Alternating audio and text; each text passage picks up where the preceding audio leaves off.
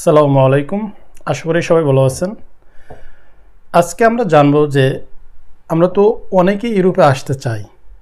এছাড়াও পৃথিবীর বিভিন্ন দেশ থেকে আমাদের একটা প্রশ্ন জায়গা যে ইউরোপে আসলে বেতন কত, ইউরোপের কোন কোন দেশে কত টাকা বেতন হয়ে থাকে। একজন ব্যক্তি সে যদি বৈধ থাকে, তার যদি কাগজ থাকে, তাহলে সে ইউরোপের বিভিন্ন দেশে মাসে কত টাকা পর্যন্ত ইনকাম করতে পারে।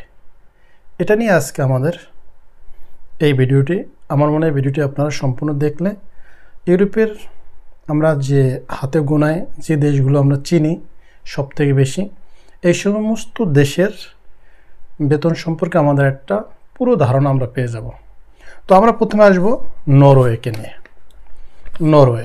নরওয়ে মনে করুন বাংলাদেশিরা তো 200 ঘন্টা কাজ করে, নর্মালি 160 ঘন্টা, 170-180 ঘন্টা নর্মাল একজন ব্যক্তি মাসে কাজ করে।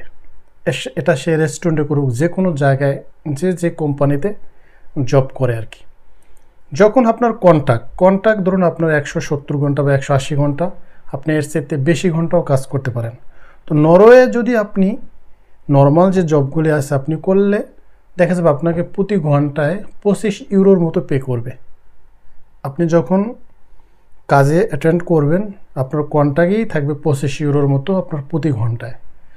এখন এর ভিতরেও কিছু কথা আছে, কিছু কাজের আপনার নিম্ন স্তর উচ্চতর স্তর রয়েছে। তো দেখা যায় অনেকের 28 টাকা, 30 টাকা, 35 টাকাও ঘন্টা আছে, আবার এর ভিতরে দেখা যায় কেউ 22 টাকাও ঘন্টা আছে। তো নর্মাল এটা অ্যাভারেজ হিসাব করলে দেখা যায় যে আপনি নরওয়েতে 25 টাকা ঘন্টার বেতনে চাকরি করতে পারবেন। আর এটা তো আমরা ভালো করে জানি যে আপনি নরওয়েতে গিয়ে কাজ করতে হলে অবশ্যই আপনার কি লাগবে, ইউরোপিয়ান পাসপোর্ট লাগবে। ইউরোপের অন্যান্য দেশের ছোট ছোট যে দেশগুলি রয়েছে, ইটালি বলুন, পর্তুগাল, জার্মানি, আরও বিভিন্ন দেশ, ফ্রান্স, এই সমস্ত দেশের পাসপোর্ট হলে পাসপোর্ট থাকলে আপনি ওই সমস্ত দেশে গিয়ে তখন আপনি কাজ করতে পারবেন। তো দেখা যায় যে নরওয়ে আমরা কি করি, প্রতি ঘন্টা যদি আমরা 25 টাকা করে পাই, নর্মাল আপনি যদি 180 ঘন্টা কাজ করেন, একটা জব করেন 5 দিন সপ্তাহে বা মাঝে মধ্যে 6 দিন করলে দেখা যায় যে 25 টাকা করে যদি ঘন্টা হয় 180 ঘন্টায় আপনার দেখা যাবে যে 4500 ইউরো হয়। 4500 ইউরো হয়। এখন এই 4500 ইউরো আমরা যদি বাংলা টাকায় যদি হিসাব করি দেখা যায় 7 লাখ 7.5 লাখ টাকার মতো হয় বর্তমানে। দেখুন, এটা হচ্ছে আপনি সপ্তাহে যদি 5 দিন জব করেন নরওয়েতে, তাহলে দেখা যাবে যে আপনি 4500 মতো আপনার স্যালারি রয়েছে। তো এটা বাংলা টাকায় হিসাব করলে 7.5 লাখ টাকার মতো। এখন এর মধ্যে আমাদের অনেকে প্রশ্ন জাগে, তাহলে খরচ কত হবে? আমাদের যাদের পাসপোর্ট রয়েছে, যারা ফ্যামিলি, তারা আলাদা। অনেকে কিন্তু কী করে ইন্ডিয়ান, পাকিস্তান, আরও বিভিন্ন দেশের মানুষের সাথে রুম শেয়ার করে থাকে। একটা রুম ভাড়া অনেক টাকা, একটা রুমে কেন 8 জন, 7 জন, 6 জন, 5 জন, 4 জন এরকম করে থাকে। এক্ষেত্রে কিন্তু খরচ কম যায়। এবং এভাবে করে যারা থাকে তারা কিন্তু আবার একটা পার্ট টাইম জব নেয়। এটা হচ্ছে একটা ফুল টাইম জব, তারপর আপনি একটা পার্ট টাইম জব করতে পারবেন। এই পার্ট টাইম যদি আপনি সপ্তাহে আবার একদিন করে করেন, দেখা যাবে সেখানে আবার আপনার রয়েছে যে সেখান থেকে যে টাকাটা আপনার আসবে তাতে আপনার দেখা যায় খরচ হয়ে যায়। আর আপনি যেখানে কাজ করেন দেখা যায় যে আপনি গেলেন, সেখানে গিয়ে খেলেন, আবার আসার সময় খানা নিয়ে আসলেন, এক্ষেত্রে দেখা যায় আপনার খরচ নাই, তারপর আপনার টুকিটাকি খরচ থাকে। তো মূল বেতন আসলো কত? 7 লাখ টাকার উপরে আপনি নরওয়েতে ইনকাম করতে পারবেন। এখন আমরা আসি জার্মানিতেও আপনি মনে করুন যে এখন আপনি 180 ঘন্টা জার্মানিতে জব করলেন। জার্মানিতে আপনাকে নর্মাল আপনি 17 টাকা করে আপনার এখন ঘন্টায় পে আছে। এর ভিতরে অনেকে দেখা যাবে যে 14 টাকাও 15 টাকাও অনেকের ঘন্টায় পে করে। কিন্তু এটা হচ্ছে আপনার একদম নতুন অবস্থায় যখন আপনি আসবেন তখন হয়তো আপনাকে 14 ইউরো বা 15 ইউরো করে আপনাকে পে করবে। কিন্তু আপনি যখন একটু পুরন হয়ে যাবেন তখন দেখা যাবে যে আপনি 17-18 ইউরো কিন্তু আপনি পাচ্ছেন। জার্মানিতেও কিন্তু দেখা যায় যে আপনি একটা জায়গায় যদি অনেক দিন পর্যন্ত কাজে থাকেন এবং সে কোম্পানিটা যদি বড় হয় তাহলে আপনি 20 টাকা, 21 টাকা, 22 টাকাও আপনার ঘন্টা রয়েছে। তো আপনি জার্মানিতে যদি 180 ঘন্টা কাজ করেন এবং 17 টাকা করে করেন তাহলেও দেখা যাবে যে আপনি 3000-এর উপরে আপনার এখানে বেতন রয়েছে। দেখা যায় যে 3000-এর উপরে যদি আপনার বেতন থাকে, সেখানে আপনি বাংলা টাকা হিসাব করলেও আপনি দেখবেন যে 4 লাখ টাকা আপনার স্যালারি রয়েছে জার্মানিতে। জার্মানিতে আপনি 4 লাখ টাকা ইনকাম করতে পারবেন যদি 180 ঘন্টা আপনি কাজ করেন এবং 17 টাকা যদি ঘন্টা হয়। এবং এই যে বেতনগুলি, এখান থেকে কিন্তু আপনার ট্যাক্স আবার চলে যাবে আপনার আইডি অনুসারে, আপনার যে আপনি একা বা আপনি ফ্যামিলি নিয়ে আসেন কি না এরকমের হিসাব করে আপনার কিন্তু আবার কী হবে, এখান থেকে টাকা কেটে নিয়ে যাবে। তো এখন আপনি জার্মানিতে যদি প্রথমে একটা জব করেন, দেখা যাবে যে আপনার স্যালারি কত আসতে আছে, 4 লাখ টাকা। কিন্তু আপনার এখান থেকে ট্যাক্স যে টাকাটা কেটে নেবে তার অর্ধেক টাকা দেখা যাবে যে আপনার পেনশনে জমা হবে। ধরুন আপনি 4 লাখ টাকা, 1 লাখ টাকা আপনার চলে গেল, সেখান থেকে দেখা যাবে যে 40,000 টাকা আপনার পেনশনে জমছে, আর বাকি টাকাটা আপনার চিকিৎসার ক্ষেত্রে আর আপনার আইডির কি একটা ট্যাক্স আছে সেটা আপনাকে কেটে নিয়ে গেল। এই আপনার খরচ কিন্তু এটাই, এরপরে কিন্তু আর অন্য কিন্তু অত বেশি নাই। তো আপনার পেনশনে যে টাকাটা জমে সেটা তো আপনি পাবেন একটা সময়, বা আপনারা যদি পাসপোর্ট না নেন জার্মানির, যখন আপনার ফরএভার কার্ড থাকবে বা আইডি কার্ড থাকবে, তখন আপনি দেশে ব্যাক করে চলে গেলেও কিন্তু আপনার টাকা আপনি নিয়ে যেতে পারবেন, এটা কোনো সমস্যা নেই। তো আপনিও যদি 180 ঘন্টার মতো কাজ করেন তাহলেও কিন্তু দেখা যায় 4 লাখ টাকার মতো জার্মানিতে স্যালারি রয়েছে। এবং আপনি আর একটা পার্ট টাইম জব করলে আরও 1 লাখ টাকার মতো আপনি ইনকাম করতে পারবেন। তাহলে দেখা যায় যে আপনার গড়ে কিন্তু 1 লাখ খরচ গেলেও 4 লাখের মতো থাকে। এটা আমরা জার্মানিতে দেখলাম। বেলজিয়ামে আপনি 180 ঘন্টা, আমি আজকে আপনাদেরকে জাস্ট বলি 180 ঘন্টা আমি গড় একটা হিসাব করলাম। নর্মালি 180 ঘন্টা, 200 ঘন্টা, কেউ 250 ঘন্টাও কাজ করে, কেউ 220 ঘন্টাও কাজ করে। আপনি যত ঘন্টা কাজ করবেন আপনার অত টাকা। তো আমি একটা গড়ে হিসাব ধরলাম 180 ঘন্টা। আপনি দৈনিক 8 ঘন্টা যদি কাজ করেন, মাসে যদি আপনি 22 দিন বা 23 দিন 24 দিন কাজ করেন, দেখা যাবে যে আপনি 180 ঘন্টার মতো আপনি কাজ করতেছেন। তাহলে 180 ঘন্টা যদি আপনি বেলজিয়ামে কাজ করেন, বেলজিয়ামে যদি আপনি 180 ঘন্টা কাজ করেন, তাহলে 20 টাকা ঘন্টা করে আপনি 180-এ গুণ দিলে দেখা যাবে 3600 ইউরো। 3600 ইউরো, সেটা দেখা যাবে যে আপনার 5 লাখ টাকার মতো স্যালারি রয়েছে। বেলজিয়ামেও কিন্তু 5 লাখ টাকার মতো আপনি ইনকাম করতে পারবেন। এরপর আমরা আসি সুইজারল্যান্ডে কিন্তু নরওয়ের মতোই আপনার বেতন। ওখানে নরওয়েতে আপনার দেখা যায় 25 ইউরো, 24 ইউরো, 23 ইউরো এরকমের একটা ধাপে থাকে। সুইজারল্যান্ড এরকমের 23 ইউরো, 24 ইউরো, 25 ইউরো, কেউ 30 ইউরো, 28 ইউরো।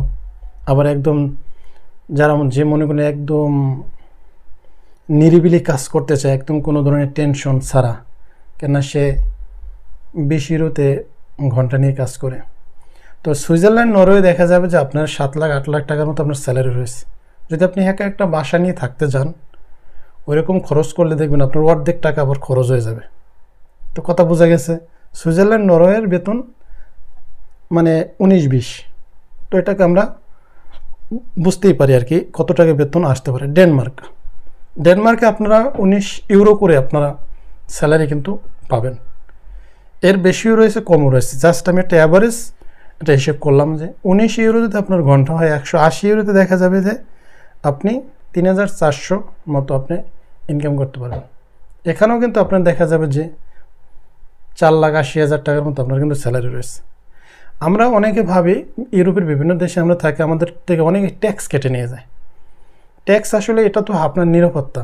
বাংলাদেশে আমাদের যে ধরনের মানে নির্যাতন হয়, যে ধরনের আপনাদের অশান্তি হয়, আপনার যদি বাংলাদেশের টাকা হয়, আপনি এটা কিছু করতে গেলে আপনাকে অনেক জায়গা থেকে আপনার বাধা আসে। কিন্তু এই দেশে কিন্তু এটা না।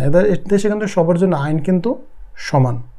তো আপনি যে টাকাটা বেতন পাবেন সেখান থেকে আপনার নিরাপত্তার জন্যই কিছু টাকা নিয়ে যায়, সিকিউরিটি বাবদ কিছু টাকা নেয়, আপনার চিকিৎসার জন্য কিছু টাকা নেয়। আপনার যত রোগ বালাই যা হবে আপনি চিকিৎসা করতে পারবেন। আর আপনার পেনশনে একটা টাকা আপনার বেতন থেকে নেয়। এটাকে আমরা অনেকে বড় করে দেখি যে অনেক টাকা ট্যাক্স নিয়ে যায়। আপনি এই দেশে থাকেন, অবশ্যই আপনাকে এই দেশের আইন আপনাকে মানতে হবে। আমরা যখন যে দেশে থাকবো ওই দেশের আইন আমাদেরকে কী করতে হবে, অবশ্যই মানতে হবে। আপনারা যদি না মানেন তাহলে তো হবে না, এটা তাদের একটা রুলস। তো ডেনমার্কে কিন্তু প্রচুর পরিমাণ গরুর ফার্ম রয়েছে। বাংলাদেশে যারা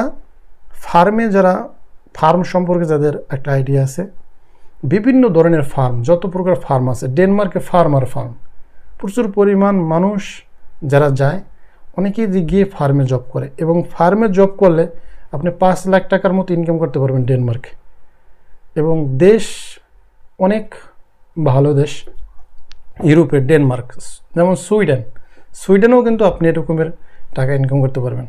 সুইডেনও কিন্তু অনেক ভালো একটি দেশ, যেখানে কিন্তু দেখা যায় না অ্যাভেলেবল আপনারা যে মানুষ অবৈধভাবে ঘোরাফেরা করতেছে। যেমন জার্মানিতে আপনি প্রচুর পরিমাণ মানুষ দেখুন অবৈধ, ইটালিতে অবৈধ, পর্তুগাল অবৈধ, ফ্রান্স অবৈধ, প্রচুর পরিমাণ অবৈধ মানুষ রয়েছে। কিন্তু এই সমস্ত দেশে কিন্তু অবৈধ নয়। এই সমস্ত দেশের নিয়মকানুন একটু উচ্চ, এই সমস্ত দেশের চেয়ে আরও মানে লেভেলটা হাই, যেখানে গিয়ে মানুষ টালিবেলি বেশি করতে পারে না। আপনি কাজ না থাকলে আপনি আপনার কাগজ না থাকলে আপনার কাজই করতে পারবেন না, কাজ না থাকলে আপনি এখানে থাকবেন কী করে, বিষয়টা সেরকমের। তো আমরা এখন আসে ইটালির নাম কিন্তু আমরা ছোটোবেলায় থেকে শুনছি ইটালিতে কিন্তু এখন গত বছর তার আগে দেখা গেছে যে ঘন্টায় 12 ইউরো 11 ইউরো করে পে করা হয়, তারপরে এখন একটু বাড়ানো হয়েছে, ঘন্টায় 13 ইউরো 12 ইউরো 13 14 এরকমের মধ্যে রয়েছে, 14 হয় নাই, 12 13 আর কি চলে। তো ইটালিতে যদি কেউ আপনার 180 ঘন্টা কাজ করে তাহলে দেখা যায় তার 2 লাখ টাকার মতো স্যালারি আসে, 2 লাখ 2.5 লাখ এরকমের। কিন্তু ইটালিতে মানে বেশিরভাগ মানুষই অবৈধ, এই জন্য তাদের স্যালারিটা একটু কম। যারা অবৈধ, কেউ পেট্রোল ফার্মে কাজ করে, পেট্রোলে যে আপনার তেল গাড়িতে ভরে, ওখানে মনে করুন 12 ঘন্টা 14 ঘন্টা ডিউটি করে, মানে আপনার কাগজ নেই, আপনি এজেন্ট নিয়েছেন, আপনি রাজনৈতিক আশ্রয় নিয়েছেন, সেই কাগজ দিয়ে আপনি কাজ করতেছেন, এজন্য বেশি কাজ করতেছেন, এজন্য বেতন আসে না। দেখা যায় 1,20,000 1,40,000 এরকমের মধ্যে ওঠানামা করে আর কি। এরপরে আপনার দেখুন পর্তুগালে আমি আগেও বলছি, আপনারা পর্তুগালে যারা যায় শুধু কাগজের জন্য যায়। ইউরোপের বিভিন্ন দেশের মধ্যে শুধু পর্তুগাল আপনার খুব দ্রুত কাগজ দিচ্ছে, সেখানে আপনি গিয়ে পৌঁছতে পারলেই বৈধ অবস্থায় আপনার পাসপোর্ট থাকলে আপনি সেখানে একটা সিস্টেম করে সেখান থেকে আপনাকে একটা অনুমতি দেবে, কয়েক জায়গায় আপনাকে যেতে হবে। জাস্ট আপনি যখন আপনি গিয়ে পর্তুগাল পৌঁছাবেন তখনই আপনি এটা নিজে নিজে বুঝে যাবেন যে আসলে কী করতে হবে। আপনি কাজ করতে পারবেন, বিভিন্ন ধরনের কাজ রয়েছে, সেখানে আপনাকে দিয়ে অনেক খাটাবে, 50,000 60,000 70,000 টাকার উপরে বেতন আপনাকে দিত না।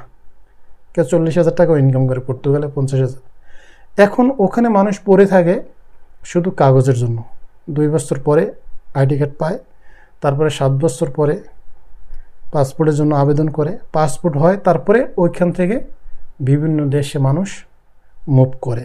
আসল উদ্দেশ্য থাকে কারা, পর্তুগালের কাগজ যখন হয়ে যাবে তখন তারা আর পর্তুগাল থাকে না, ওখান থেকে বিভিন্ন দেশে চলে যায়। এই তো আমরা কিন্তু এই ইউরোপের বিভিন্ন দেশ, আপনারা এখানে আমি কয়েকটা দেশ, যে 6টা 7টা দেশের কথা বললাম, 8টা দেশ, যেমন Norway, Germany, Belgium, Switzerland, Denmark, তারপরে আপনার ইটালি, পর্তুগাল, এই যে সুইডেন, এই যে কটা দেশ, অনেক সুন্দর সুন্দর দেশ। ফ্রান্স আপনার এখানে যারা বৈধ রয়েছে তারা প্রায় দেখা যায় যে 3 লাখ টাকার মতো তাদের স্যালারি আছে ফ্রান্স। আপনার যদি কাগজ থাকে তা আপনি ফ্রান্সে 3 লাখ টাকা ইনকাম করতে পারবেন যদি একটু চেষ্টা করেন, একটু বেশি খাটেন। আর যাদের কাগজ নাই তারা লাখ টাকা 1.5 লাখ টাকা এর বেশি ইনকাম করতে পারে না, অনেক কষ্ট হয়ে যায়, মানে তারা সারা রাত্র ডিউটি করে, এরকমই তাদের অবস্থা হয়ে যায়। তো বন্ধুরা, আজকে ভিডিওটি এই পর্যন্তই ছিল, যে ইউরোপের বিভিন্ন দেশের একটা বেতন এরকমের হয়ে থাকে। এখন আপনি কোন দেশে আসবেন এটা আপনার চিন্তা, কারণ বিভিন্ন দেশে আপনি আসার জন্য বিভিন্ন দালালের কাছে যান, দালালরা আপনাদেরকে নয় ছয় বোঝায়। তো এখন আপনি সিলেক্ট করবেন আপনি কোন দেশে যাবেন, যাবার পরে আপনার এরকমের বেতন হবে। কিন্তু মনে রাখবেন, প্রথম অবস্থায় আপনার বেতনটা কম থাকবে, কিন্তু যখন আপনি সেখানে 2 4 5 বছর হয়ে যাবে, সব কিছু বুঝবেন, ভাষা বলতে পারবেন, কাজ বুঝবেন, কাজ জানবেন, তখন আপনার এই আমি যেটা বললাম এরকমের আপনার বেতন আসবে। প্রথম অবস্থায় আপনার এরকমের ইনকাম করতে পারবেন না, এটা মনে রাখতে হবে। আর এই বেতন থেকে কিন্তু আপনার ইউরোপের যে দেশে আপনি থাকেন না কেন, লিগ্যালভাবে কাজ করলে তখন আপনার এই বেতন থেকে কিন্তু আপনার ট্যাক্স কেটে নিয়ে যাবে। এটা ট্যাক্সটা বিভিন্ন ধরনের আছে, আপনার বিভিন্ন স্তরে আপনার এই ট্যাক্সটা কাটা যাবে।